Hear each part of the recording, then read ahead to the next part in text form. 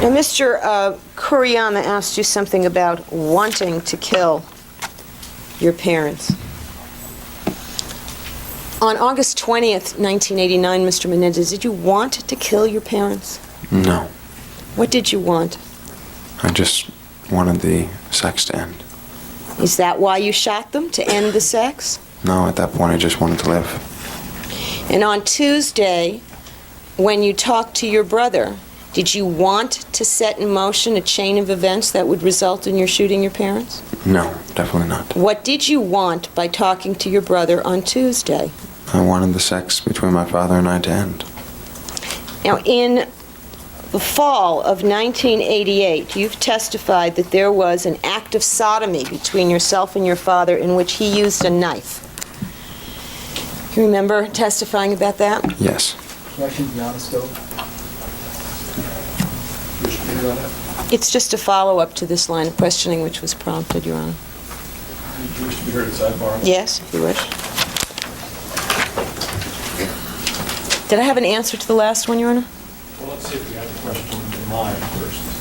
Will I ask it again? Yeah, I'll ask it again. Mr. Menendez, you recall testifying that in the fall of 1988, your father sodomized you in an incident involving a knife. Yes. And how did you feel after that? I felt awful. I couldn't wait to get to college. And did you tell your brother at that time about the molestation with your father? No. And did you have any thoughts at that time about having to kill your father or your mother or anything like that? No. And in May of 1989, you've testified, was the last time your father sodomized you. Was Yes. that a pleasant experience? No. And did you tell your brother about it at that time? No. And did you have any thoughts at that time that you wanted to kill your parents or you might be forced to kill your parents or anything like that? No. How did you cope with these things, Mr. Menendez? I thought about the future. And what was there in the future that you believe helped you to cope with this? Objection, Your Honor. That I would be able to get away from my father, that the sex would end. Okay. And what was going to be the vehicle for your getaway? College. Now, what was it that you felt after the conversation that you had with your father that Sunday, where he told you he expected you to be sleeping at home several nights a week? I felt like my life had crumbled. It felt like something that I read in a book. You felt like something you read in a book? Yes. What book? Do you remember? Well, tell us. What is it tell us what it is that it made you feel like. I felt like I was, I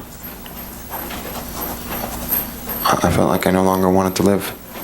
What is it you read in the book that... It was about a man in a concentration camp who, in Nazi Germany, who thought he was going to get released on March 30th of a date I don't remember.